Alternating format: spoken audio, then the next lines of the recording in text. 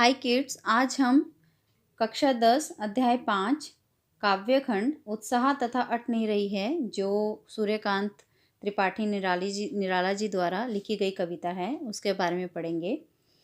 ये जो हम पहले इसकी पाठ की रूपरेखा के बारे में चर्चा कर लेते हैं। सूर्यकांत त्रिपाठी निराला जी ने उत्साह जो कविता है इसके अंतर्गत बादलों को एक और तो लोगों की आकांक्षाएं यानी इच्छाएं पूरी करने वाला बताया है कि उत्साह से ही हम इच्छाएं पूरी कर सकते हैं। और दूसरी तरफ उसी उत्साह को उन्होंने विध्वंस, विद्रोह, नष्ट और क्रांति चेतना के प्रतीक के रूप में भी बताया है। तो कवि निराला जी इस कविता से ये सामाजिक क्रांति लाना चाहते हैं, बदलाव लाना चाहते हैं। और इसी कविता का दूसरा एक और कविता है इसी के अंदर अट नहीं रही है। अट नहीं रही जो है कविता, उसमें कवि ने फागुन के सौंदर्य को और उल्लास का दर्शाया है कि फागुन क्या होता है, जब होली का महीना आता है, जो बसंत का महीना आता है, उसको दर्शाया है कि कितना सुंदर मनमोहक दृश्य हो जाता है। तो पहले हम उत्साह के बारे में अच्छे से भावार्थ वगैरह पूरा कविता पढ़ेंगे, अर्थ समझेंगे। उत्साह। बादल गरजो, घेर घेर घोर गगन धराधर ओ। बादल गरजो, इसमें कवि बादलों को संबोधित कर रहा है। संबोधित यानी कि जब हम किसी को बुलाते हैं, किसी को आवाज़ देते हैं कि, तो इसमें जो कवि है वो बादलों को संबोधित कर रहा है कि लोगों के मन को सुख से भर देने वाले बादलों, आकाश को घेर घेर घोर गगन यानी आकाश को घेर घेर कर खूब तेज से बरसो धराधर ओ। ललित ललित काले घुंघराले बाल कल्पना कैसे पाले। ललित ललित, ललित का अर्थ क्या होता है? सुंदर। कि तुम्हारे तो ऐसे लगते हैं सुंदर सुंदर बाल, सुंदर सुंदर बाल जो है काले हैं, घुंघराले हैं। बाल कल्पना कैसे पाले, बाल कल्पना की जो कल्पना करते हैं कि जो तुम्हारी कल्पना के विस्तार होता है उसके समान घने हैं तुम्हारे बाल, अर्थात काले और सघन है। कि हम जब कल्पना करते हैं तो हमारा कोई उसका शोर नहीं है, हम कितनी भी कल्पना हमारी विस्तार में विस्तृत रूप में रहती है। तो उसी तरह ये कल्पना के विस्तार के समान घने हैं और सघन हैं, मतलब दूर दूर तक फैले हुए हैं। तुम्हारे जो बाल हैं क्षितिज पर दूर दूर तक फैले हुए हैं। विद्युत छवि उर में कवि नवजीवन पाले। विद्युत छवि, विद्युत छवि क्या होते हैं? विद्युत यानी बिजली। तुम्हारे हृदय में बिजली की चमक है। कवि नवजीवन वाले जो कि नया जीवन दे।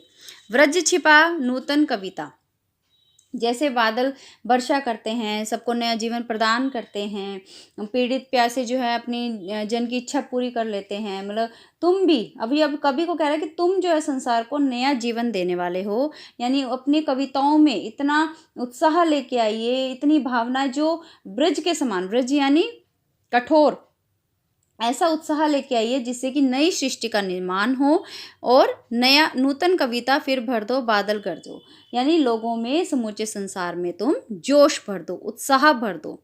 तो इस पहले पैराग्राफ में ये सीखा हमने कि ये बादलों को संबोधित कर रहा है कवि। कह रहे हैं घेर घेर गगन, आसमान को घेर घेर के खूब तेज से गरजो, खूब उत्साह से गरजो। तुम्हारे जो बादल हैं वो जो तुम बहुत काले हैं, घुंघराले हैं, सघन हैं, तुम्हारे कल्पना की तरह विस्तृत हैं, फैले हुए हैं पूरे आकाश में। तुम्हारे हृदय में बिजली की चमक है, तुम नया जीवन देने वाले हो। जैसे बारिश होती है तो इससे जनमानस की प्यास बुझती है, लोगों को नया जीवन मिलता है। तुम्हारे इसी तरह कविताओं में भी जोश लेके आइए, नयापन लेके आइए, जिससे लोगों को उसको पढ़ के उत्साह मिले, जोश मिले। विकल विकल उन्मन ते उन्मन विश्व के नित्याग के सकल जन। विकल विकल, विकल का मीनिंग होता है बेचैन, उन्मन यानी उदास, विश्व के नित्याग के सकल जन, मतलब कवि कहता है कि चारों ओर वातावरण में है जो उदासी छाई हुई है, बेचैनी छाई हुई है। विकल यानी बेचैनी, तो बेचैनी छाई हुई है, लोगों के मन है वो उदास उदास है। लोगों के मन को सुखी से भर देने वाले बादलों, आकाश को घेर करके गरजो और संसार के सभी लोगों को, विश्व के नित्याग के सकल जन। नित्याग, नित्याग का मतलब होता है गर्मी। गर्मी से जो लोग, दुनिया के लोग जो नित्याग यानी गर्मी से परेशान हैं, उन सभी जीवों को सुख दो। गरजोगे बरसोगे, तब जो लोग हैं गर्मी से जो परेशान हो रहे हैं, व्याकुल हो रहे हैं, उन लोगों को सुख मिलेगा। आए अज्ञात दिशा से अनंत के घन। अज्ञात अनजान, जो हमें नहीं पता कि कहाँ से आ रहे, किस दिशा से आ रहे। अनंत यानी आकाश, तो आकाश में तुम किस दिशा से आ रहे हो? बादलों। तप्त धरा, तप्त यानी तपती हुई, गर्म धरा, धरा यानी पृथ्वी, धरती।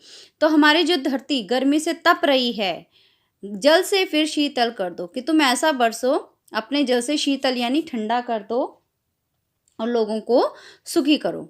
तो बादलों आओ गरजो। एक बार और रिवीजन कर लेते हैं। विकल विकल उन्मन थे उन्मन, विकल यानी बेचैन, लोगों के जो मन बेचैन थे, चारों तरफ बेचैनी थी, लोगों के मन उदास थे।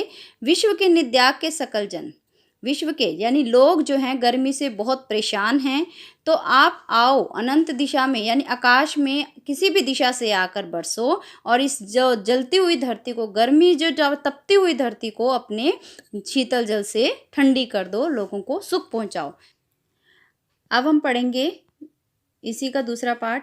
अट नहीं रही है, अट नहीं रही है आभा फागुन की तन सट नहीं रही है। अट क्या होता है? समाना, कि फागुन मास का इतना सुंदर वातावरण हो जाता है कि वो हमसे समा ही नहीं पा रही है। ऐसा सुंदरता का जो वातावरण है वो हमसे समा ही नहीं पा रहा है।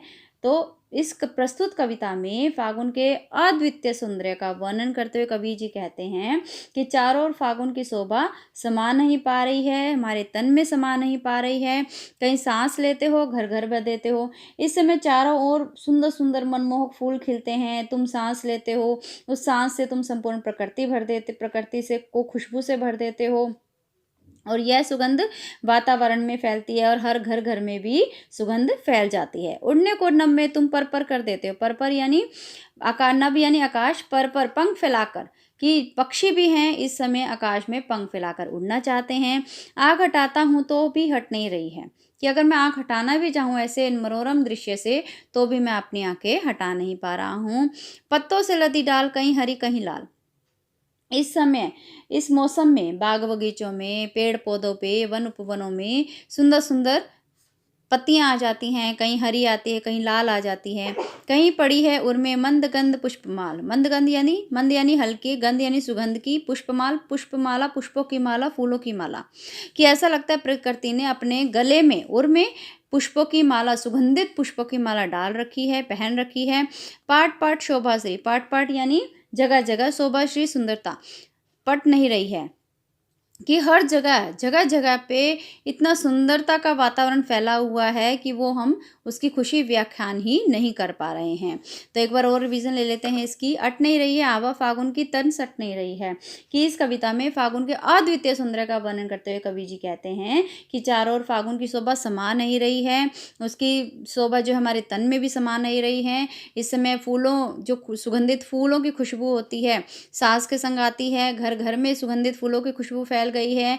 पक्षी भी होते हैं, वो पंख फैलाकर आकाश में उड़ना चाहते हैं और इस मनोरम दृश्य से मैं अपनी आंखें हटाना भी चाहूँ तो भी मैं हटा नहीं पा रहा हूँ। वन उपवनों में पेड़ पौधों पे सुंदर सुंदर पत्तियाँ, कोई हरी कोई लाल रंग की पत्तियाँ आ रही हैं, नहीं नहीं, और ऐसा लगता है कि प्रकृति ने अपने गले में सुगंधित पुष्पों की माला पहन रखी है। तो हर जगह जगह पे सुंदरता का वातावरण फैला हुआ है, हर जगह